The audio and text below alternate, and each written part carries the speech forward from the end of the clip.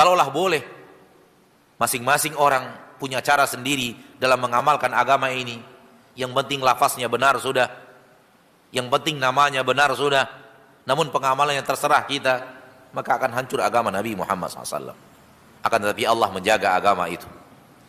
Dan Allah akan takdirkan setiap 100 tahun akan ada ulama yang mengajak untuk kembali mengamalkan agama sesuai dengan apa yang diajarkan Rasulullah sallallahu alaihi wasallam. Setiap 100 tahun, setiap 100 tahun.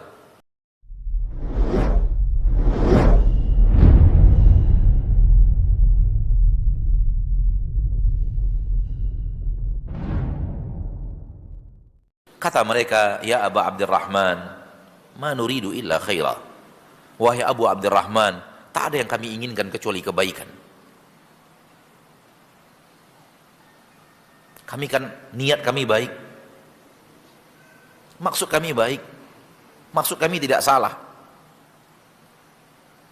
Kata beliau, kam min muridin lil khairi lam yusibah.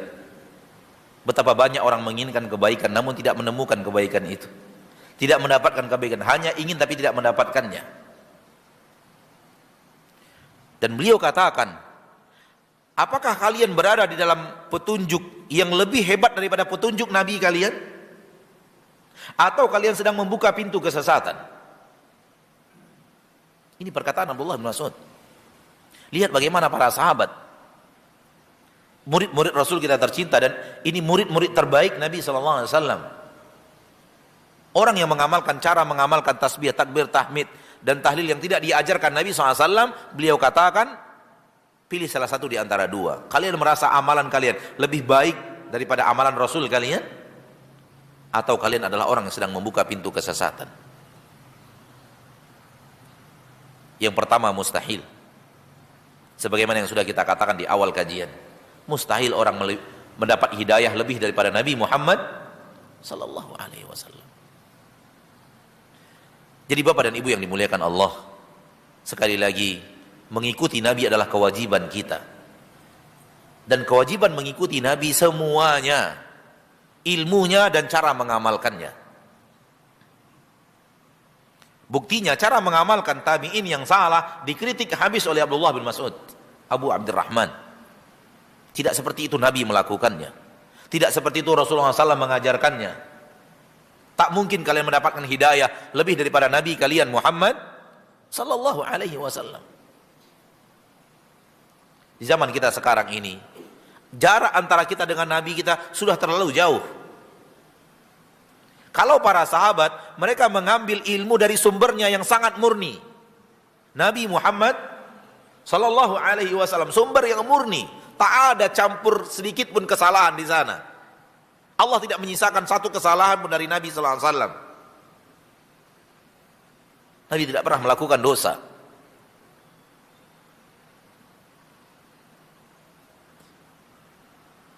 Dari sana Rasulullah SAW, dari sana para sahabat belajar. Mereka belajar ilmu dari sumbernya yang murni.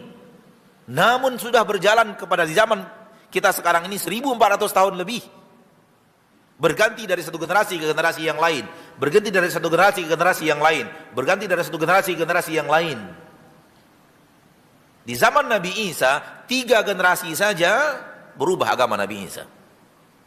3 generasi. Di tahun ke-300 Hijriyah, di tahun ke-300 Miladiyah Masehi sudah berubah agama Nabi Isa. Nabi Isa sudah dikatakan Tuhan. Sekarang sudah 14 abad. Masuk ke 15 abad. Maka kita dari sumbernya yang murni begitu jauh, akan tetapi walillahil hamd, Allah yang menjaga agama ini. Ayat yang kita bacakan dalam pertanyaan tadi malam, inna nahnu nazzalna dzikra wa inna lahu lahafizun, tidak hanya untuk Al-Qur'an. Kami yang menurunkan zikir dan kami yang menjaganya. Para ulama mengatakan tidak hanya Al-Quran, walaupun Al-Quran mendapatkan jatah terhebat daripadanya.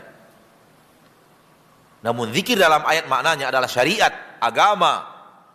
Kami yang menurunkannya dan kami yang menjaganya, kata Allah.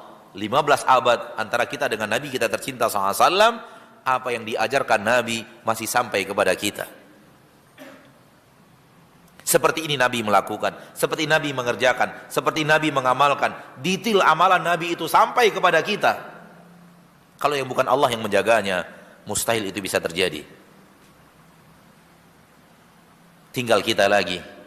Ketika sudah sampai kepada kita sesuatu yang murni dari Nabi kita tercinta SAW, bagaimana kita dengan kemurnian itu? Apakah kita pertahankan?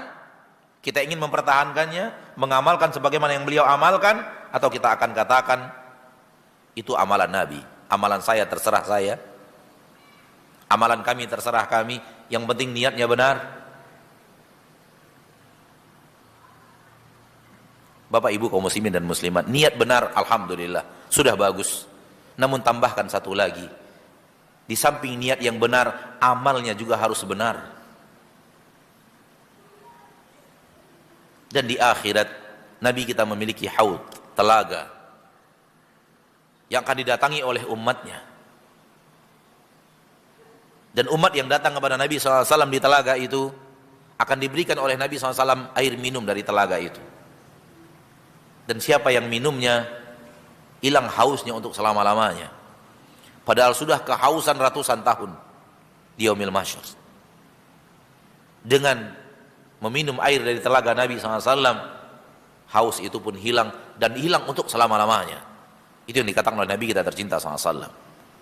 Akan datang umat Nabi Muhammad SAW ingin mendekati telaga itu, namun dihalau oleh para malaikat. Sehingga Nabi SAW mengatakan, ummati, ummati, wahai para malaikat, itu adalah umatku, mereka adalah umatku. Kata para malaikat, innaka la tadri ma ahdatsu ba'dak. Engkau tidak tahu wahai Muhammad, mereka telah merubah-rubah agamamu setelah engkau tiada. Kata Nabi, suhqan, suhqan, celakalah kalian, celaka kalian. Maka mari Bapak dan Ibu, selamatkan diri kita. Selamatkan diri kita dengan cara mengikuti Nabi kita tercinta Muhammad sallallahu alaihi wasallam. Kita tidak diwajibkan harus merubah orang lain, enggak ada kewajiban kita harus merubah orang lain, namun kita punya kewajiban merubah diri kita sendiri. Para rasul pun tidak diberikan oleh Allah kewajiban merubah orang lain. Para rasul hanya diwajibkan mendakwahi orang lain. Soal berubah tidak kewajiban rasul, apalagi kita. Dan tak ada manusia sehebat dakwahnya para nabi dan para rasul. Terbukti masih banyak orang yang beliau dakwahi tidak berubah. Maka bukan perubahan yang menjadi inti dakwah. Inti dakwah itu sampaikan kebenaran. Dan yang akan kita pertanggungjawabkan di akhir adalah diri kita sendiri. Mari kita murnikan agama kita. Bagaimana memurnikannya? Tiru Nabi kita tercinta Muhammad sallallahu alaihi wasallam. Sehebat apapun kita meniru, takkan bisa kita meniru persis seperti itu. Takkan kuat kita meniru Nabi SAW. Para sahabat sehebat-hebat umat Nabi Muhammad tak sanggup meniru Nabi. Abu Bakar radhiyallahu ta'ala anhu ketika hidup, beliau mengatakan, ya Rasulullah, bagaimana mengikuti langkah engkau?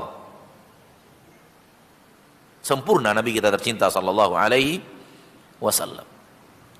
Kalau demikian adanya, maka mari pada pagi yang berbahagia ini, saya mengajak diri saya sendiri, mari kita murnikan agama kita dengan mencontoh Rasulullah sallallahu alaihi wasallam. Yang penting diri kita selamatkan. Kalau kita bisa mengajak saudara-saudari kita muslimin yang lainnya, kita sampaikan itu. Dan jangan paksakan kepada mereka harus berubah. Tak ada harus memaksa orang. Sampaikan kebenaran. Alhamdulillah tersentuh hati kaum muslimin untuk mengikutinya. Alhamdulillah. Kemudian ada orang yang kemudian tetap di atas pendiriannya, biarlah mengamalkan sesuatu yang Rasul tidak ajarkan, yang penting Allah akan tahu niat saya. Tidak seperti itu, ma'asyarul muslimin, ma'asyarul muslimat rahimani wa rahimakumullah. Kalau begitu adanya, agama kita akan hancur. Kalaulah boleh, masing-masing orang punya cara sendiri dalam mengamalkan agama ini, yang penting lafaznya benar sudah, yang penting namanya benar sudah, namun pengamalannya terserah kita, maka akan hancur agama Nabi Muhammad SAW. Akan tetapi Allah menjaga agama itu. Dan Allah akan takdirkan setiap 100 tahun akan ada ulama yang mengajak untuk kembali mengamalkan agama sesuai dengan apa yang diajarkan Rasulullah sallallahu alaihi wasallam. Setiap 100 tahun, setiap 100 tahun. Itu yang kita sebut dengan mujaddid. Allah akan bangkitkan, Allah akan hidupkan. Setiap 100 tahun orang akan memperbaharui agama Nabi SAW. Memperbaharui maksudnya menjadikannya seperti baru, memurnikan lagi. Sudah penuh dengan karat-karat, dikikis supaya bersih lagi seperti besi biasa, besi aslinya. Ini yang kita ingin sampaikan pada pagi yang berbahagia ini. Semoga bermanfaat, ya. Dan demi Allah, apa yang saya sampaikan adalah apa yang saya yakini. Dan sesuatu yang kita terima dari para ahli ilmu, yang kita belajar daripada mereka, atau kita baca dalam kitab-kitab ahli ilmu yang kita membaca kitab mereka, ini wasiat para sahabat, ini wasiat para tabi'in, ini wasiat para imam-imam madhab. Ikuti Nabi Muhammad sallallahu alaihi wasallam. Dan Imam Ahmad adalah orang yang paling terkenal, banyak pendapat di antara para ulama madhab. Dalam satu bahasan kadang diriwayatkan daripada beliau ada 7 pendapat. Kata para ulama, karena Imam Ahmad sering ganti-ganti pendapat. Setelah dia bertemu lagi yang menurut dia lebih baik, pindah. Bertemu lagi menurut dia yang lebih baik sesuai dengan sunnah Nabi, yang lama kurang, pindah. Tanpa merasa bahwa perpindahan itu adalah aib bagi dirinya. Kemarin kau mengatakan seperti ini, sekarang seperti ini. Karena beliau adalah orang, kata para ulama, yang benar-benar datang dari Nabi, akan beliau ikuti. Dan manusia memiliki ilmu yang terbatas, apalagi kita. Maka mari berusaha kita, ma'asyiral muslimin, karena di akhirat kelak Rasulullah yang akan menjadi saksi amalan kita di akhirat. Kita akan bertemu Rasul kita di akhirat, bertemu pasti. Nabi Muhammad akan bersama kita di akhirat. Alangkah menyesalnya kita kalau ketika bertemu dengan Rasul nanti ternyata amalan kita banyak yang tidak sesuai dengan amalan yang diajarkan Rasul. Ini yang harus kita pikirkan, ini yang harus kita antisipasi untuk menyelamatkan diri kita di akhirat. Karena yang akan selamat di akhirat adalah orang yang benar-benar mengikuti Rasulullah sallallahu alaihi wasallam. Di zaman kita sekarang berat karena ada 73 golongan, hanya satu. Siapa yang satu itu? Yang benar-benar mengikuti Nabi dan para sahabat. Maka mari kita benar-benar serius. Serius pun kita masih ada kekeliruan, apalagi tidak serius. Serius pun kita masih banyak celah bagi syaitan untuk membuat kita salah, apalagi tidak serius. Ini yang bisa saya sampaikan pada pagi yang berbahagia ini. Semoga Allah tabaraka wa ta'ala memberikan kepada kita taufik dan hidayah untuk ikhlas menjadi umat Nabi Muhammad sallallahu alaihi wasallam, dan semoga Allah berikan kepada kita hidayah yang dengannya kita akan bahagia ketika bertemu Rasul, bukan malah menyesal ketika di akhirat bertemu Rasul lalu mengatakan andai aku mengikuti Rasul ketika di dunia. Karena itu ada di akhirat. Orang-orang yang menyesal dan mengatakan, andai di dunia saya taat kepada Rasul, andai di dunia saya mengikuti jalan Rasul. Ya laitani ittakhadhtu ma'ar rasuli sabila, ya laitana ata'na Allah wa ata'na ar-rasula. Penyesalan ini banyak di akhirat. Orang yang tidak taat kepada Rasul menyesal, yang tidak mengikuti jalan Rasul menyesal.